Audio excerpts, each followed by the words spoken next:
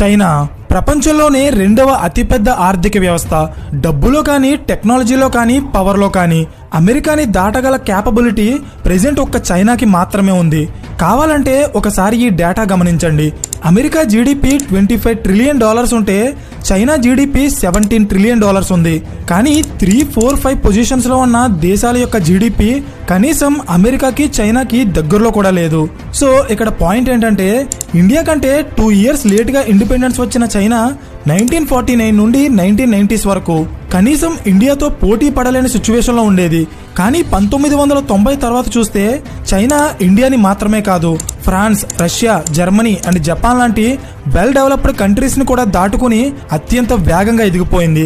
అయితే కేవలం 30 సంవత్సరాల టైంలోనే చైనా ఇంత స్పీడ్గా ఎలా ఎదిగింది? 1959 నుండి 1961 వరకు ఈ 2 సంవత్సరాల కాలంలో చైనాలో సుమారు 3,50,00,000 మందికి పైగా చనిపోయారు. అయితే దీనికి కారణం యుద్ధాలో లేదా కరోనా వైరస్ లాంటి వ్యాధులో కాదు, కేవలం ఆకలి. ఎస్, మీరు విన్నది నిజమే. కేవలం తినడానికి తిండి లేకే 2 సంవత్సరాల కాలంలో సుమారు 3 నుండి 4 కోట్ల మంది ప్రజలు ఆకలితో చనిపోయారు. 1980లో చైనీస్ పావర్టీ 63%. అంటే ప్రతి 100 మందిలో కటిక పేదరికం అనుభవించే వాళ్ళు 63 మంది ఉన్నారన్నమాట. కానీ ప్రెసెంట్ 2023లో చైనీస్ పావర్టీ ఎంతో తెలుసా? జస్ట్ 0.1%. అంటే 100లో ఒక్కడు కూడా పేదరికంలో లేడు. అయితే చైనా దేశాన్ని తినడానికి తిండి లేని సిచ్యువేషన్ నుండి ఈరోజు ఒక సూపర్ పవర్గా మార్చింది కేవలం ఒకే ఒక వ్యక్తి. అంటే మీరు నమ్ముతారా? ఆ వ్యక్తి ఎవరు అండ్ ఆయన ఇంప్లిమెంట్ చేసిన పొలిటికల్ అండ్ డెవలప్మెంటల్ స్ట్రాటజీస్ ఏంటో నేను ఈ వీడియోలో చెప్పబోతున్నాను. ఇక్కడ మీకు తెలియాల్సిన ఒక ఇంపార్టెంట్ విషయం ఏంటంటే చైనా మొదటి నుండి పేద దేశం కాదు. బ్రిటిషర్స్ మన ఇండియాలోకి ఎంటర్ అవ్వక ముందు భారతదేశం ఎలా అయితే ఒక ధనిక దేశమో అలాగే చైనా కూడా బ్రిటిషర్స్ ఎంటర్ అవ్వక ముందు చాలా ధనిక దేశంగా ఉండేది. కానీ బ్రిటిషర్స్ ఎలా అయితే ఇండియాని దోచుకున్నారో అలాగే బ్రిటిషర్స్ తో పాటు America, Japan, Russia and Austria లాంటి చాలా దేశాలు 1839 నుండి 1949 వరకు అంటే సుమారు 100 సంవత్సరాలకి పైగా చైనాని దోచుకున్నారు. చైనాలో దీన్నే సెంచరీ ఆఫ్ హ్యూమిలియేషన్ అంటారు. సెకండ్ వరల్డ్ వార్ తర్వాత చైనాలో సివిల్ వార్ స్టార్ట్ అయింది. అంటే వాళ్ళలో వాళ్ళే 2 సెపరేట్ గ్రూప్స్ గా విడిపోయి యుద్ధం చేసుకునేవారన్నమాట. చైనాలో ఉన్న nationalist party and communist party మధ్య పవర్ కోసం ఈ సివిల్ వార్ జరిగేది. ఫైనలీ 1949లో ఈ సివిల్ వార్ లో కమ్యూనిస్ట్ పార్టీ గెలిచింది అండ్ ఆ పార్టీ లీడర్ గా ఉన్న మౌ జెడాంగ్ అక్టోబర్ 1, 1949లో పీపుల్స్ రిపబ్లిక్ ఆఫ్ చైనాని ఎస్టాబ్లిష్ చేశారు. అంటే అఫీషియల్ గా చైనా ఒక స్వతంత్ర దేశంగా ఏర్పడిందన్నమాట.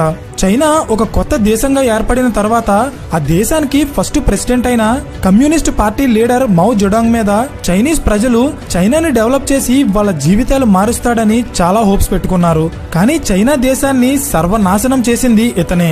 ఎలా అంటే 1958లో చైనీస్ ఎకానమీలో కొన్ని చేంజెస్ తీసుకురావడానికి మౌ జెడాంగ్ 2 పాలసీస్ ని తీసుకొచ్చారు.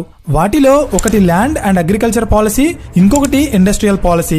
అయితే వీటిలో ల్యాండ్ అండ్ అగ్రికల్చర్ పాలసీ ద్వారా జమీందారీలు అలాగే భూస్వాముల దగ్గరున్న వేల ఎకరాల భూమిని చైనీస్ గవర్నమెంట్ తీసుకుని వాటిని పేద ప్రజలకి పనిచేసింది. ఇది వినడానికి మంచిగానే అనిపిస్తుంది, అవునా? కానీ దీని వెనకే ఒక ట్విస్ట్ ఉంది. అదేంటంటే ఈ భూమిని తీసుకున్న చైనీస్ ప్రజలు కష్టపడి అందులో పండించిన పంటని కేవలం గవర్నమెంట్ కి మాత్రమే అమ్మాలి. లాభం వచ్చినా నష్టం వచ్చినా దాన్ని రైతులే భరించి పండిన పంట మాత్రం కంప్లీట్ గా గవర్నమెంట్ కి ఇచ్చేయాలి. ఇలా కొన్ని సంవత్సరాలకి రైతులు వాళ్ళు పంట పండిస్తూ నష్టపోతున్నామని గమనించి వాళ్ళ పంట పండించడం తగ్గించేశారు. సో దీనివల్ల చైనాలో ఉన్న ప్రజలకి సరిపడ ఆహార ధాన్యాలు పండక కొరత ఏర్పడింది. కొన్ని రోజుల్లోనే ఇది ఒక తీవ్రమైన కరువులా మారి 1961లో చైనా అంతా వ్యాపించి సుమారు 3 నుండి 4 కోట్ల మంది చైనీస్ ప్రజలు ఆకలితో అలమటించి చనిపోయే స్థితికి తీసుకొచ్చేసింది. ఈ అగ్రికల్చర్ పాలసీతో పాటు మౌ జెడాంగ్ తీసుకొచ్చిన ఇండస్ట్రియల్ పాలసీ కూడా అట్టర్ ఫ్లాప్ అయింది. దీనికి రీజన్ ఏంటంటే చైనాలో ఉన్న ప్రజలకి స్కిల్స్ లేవు అండ్ వాళ్ళు బయట దేశాల నుండి ఎవరిని చైనాలో బిజినెస్ చేయడానికి అలౌ చేసేవారు కాదు. సో దీనివల్ల టెక్నాలజీ అండ్ స్కిల్డ్ లేబర్ లేక వేల కోట్ల రూపాయలు పెట్టుబడిగా పెట్టి Chinese government iron and steel factories ని నిర్మించిన అందులో పనిచేసే వర్కర్స్ కి స్కిల్స్ లేకపోవడం వల్ల అందులో ప్రొడ్యూస్ అయ్యే స్టీల్ లో క్వాలిటీ ఉండేది కాదు. సో ఇలా మౌ జోడాంగ్ ప్రెసిడెంట్ గా ఉన్న టైంలో చైనాలో ఉన్న ఐరన్ అండ్ స్టీల్ రీసోర్సెస్ అన్ని కూడా ఎందుకు పనికి రాకుండా వేస్ట్ గా పోయేవి. సో ఇది గమనించిన చైనీస్ ప్రజలు అలాగే కమ్యూనిస్ట్ పార్టీ లీడర్స్ మౌ జోడాంగ్ కి వ్యతిరేకంగా మారారు. కానీ వీళ్ళందరినీ కూడా మౌ తన పవర్ యూజ్ చేసి అణిచివేశాడు. మౌ జోడాంగ్ చైనా ప్రెసిడెంట్ గా ఉన్న టైంలో చైనాలో జరిగిన ఒకే ఒక అభివృద్ధి జనాభా 55 కోట్ల నుండి 90 కోట్లకి పెరిగింది. బికాజ్ ఆయన ప్రెసిడెంట్ గా ఉన్న టైంలో చైనాలో జనాభా నియంత్రణ కోసం ఎలాంటి పాలసీస్ ని ఇంప్లిమెంట్ చేయలేదు.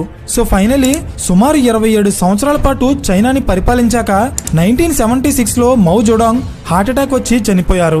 సో 1949లో చైనా ఒక సెపరేట్ కంట్రీగా ఏర్పడిన తర్వాత డెవలప్మెంట్ కోరుకున్న చైనీస్ ప్రజలు 1976లో మౌ జోడాంగ్ చనిపోయే టైంకి కనీసం తినడానికి తిండి దొరికితే చాలు అనుకునే స్థితికి దిగజారిపోయారు. ఇలాంటి సిచ్యువేషన్ లో ఉన్న చైనాకి ఒక కొత్త ప్రెసిడెంట్ వచ్చారు. ఆయనే డింగ్ జియోపింగ్. వీడియో స్టార్టింగ్ లో ఒక వ్యక్తి చైనాని ఒక సూపర్ పవర్ గా మార్చారని చెప్పాను కదా, అది ఈయనే. ఎలాగో చెప్తా చూడండి. డింగ్ జియోపింగ్ చైనా ప్రెసిడెంట్ అయ్యే టైంకి చైనాలో 63% కి పైగా ప్రజలు కటిక పేదరికాన్ని అనుభవించేవారు. చేయడానికి పని లేక తినడానికి తిండి లేక ఎంతో మంది ఆకలితో చనిపోతున్నారు. సో ఇవన్నీ గమనించిన డింగ్ జియోపింగ్ చైనీస్ ఆర్థిక వ్యవస్థలో కొన్ని మార్పులు చేయాలని ఫిక్స్ అయ్యారు. సో వాటి కోసం తెలుసుకోవడానికి చైనా చుట్టుపక్కల ఉన్న Singapore, Malaysia, Taiwan and south Korea లాంటి వేగంగా డెవలప్ అవుతున్న కంట్రీస్ కి ఆయన ఒకసారి విజిట్ చేశారు. ఆ దేశాలు ఇంత వేగంగా ఎదగడానికి కారణమైన వాళ్ళ ఎకనామిక్ పాలసీస్ అన్నింటినీ స్టడీ చేశాక డింగ్ జియోపింగ్ కి అర్థమైంది ఏంటంటే ఈ కంట్రీస్ అన్ని క్యాపిటలిజం ని ఫాలో అవుతున్నాయి. క్యాపిటలిజం అంటే ఏంటి అనుకుంటున్నారా? చెప్తాను, జాగ్రత్తగా వినండి. బేసిక్ గా ఈ ప్రపంచంలో ఉన్న ఆర్థిక వ్యవస్థలు 3 రకాలు. ఒకటి socialistic economy, 2 capitalistic economy, 3 mixed economy.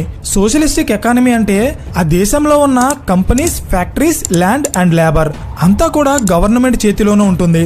అక్కడ ప్రైవేట్ కంపెనీ అనే ప్రసక్తే ఉండదు. అన్నింటినీ స్వయంగా గవర్నమెంటే కంట్రోల్ చేస్తుంది. దీనికి ఒక ఎగ్జాంపుల్ చెప్పాలంటే చైనా. నెక్స్ట్ క్యాపిటలిస్టిక్ ఎకానమీ అంటే ఆ దేశంలో గవర్నమెంట్ కేవలం కొన్ని ఇంపార్టెంట్ సెక్టార్స్ ని మాత్రమే రన్ చేస్తుంది, లైక్ ఎడ్యుకేషన్ అండ్ హెల్త్. మిగిలిన సెక్టార్స్ అన్ని కూడా ప్రైవేట్ కంపెనీస్ చేతిలోనే ఉంటాయి అండ్ వాటికి సంబంధించిన అన్ని నిర్ణయాలు కూడా ఆ ప్రైవేట్ కంపెనీసే తీసుకుంటాయి. దీనికి ఒక example America. Finally mixed economy. ఈ దేశాల్లో ఉన్న అన్ని సెక్టార్స్ లో కూడా both government and private companies రెండూ పోటీ పడతాయి. దీనికి ఎగ్జాంపుల్ ఇండియా.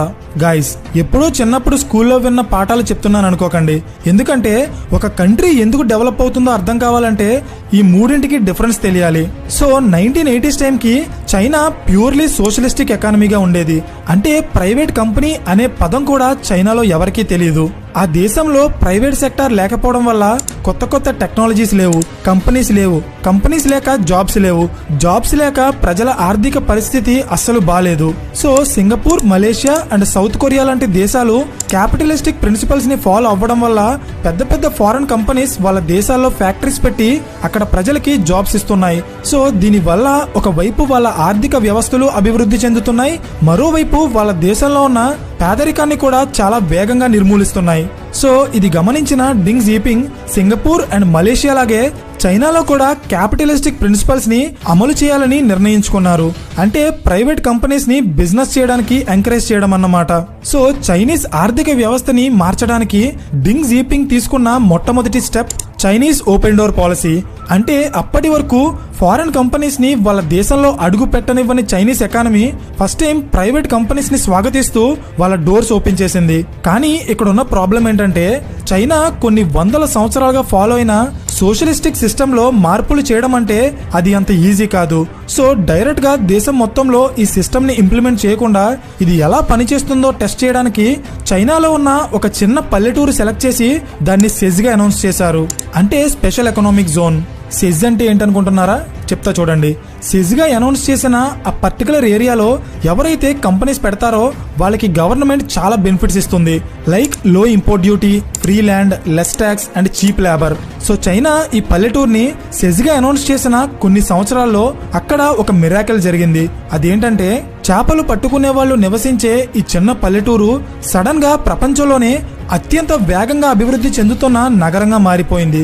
సో డింగ్ జీపింగ్ తీసుకున్న ఈ ఒక్క నిర్ణయం వల్ల క్యాపిటలిజం పవర్ ఏంటో ఒక్క చైనాకి మాత్రమే కాదు, ప్రపంచంలో ఉన్న ఎన్నో దేశాలకు అర్థమైంది.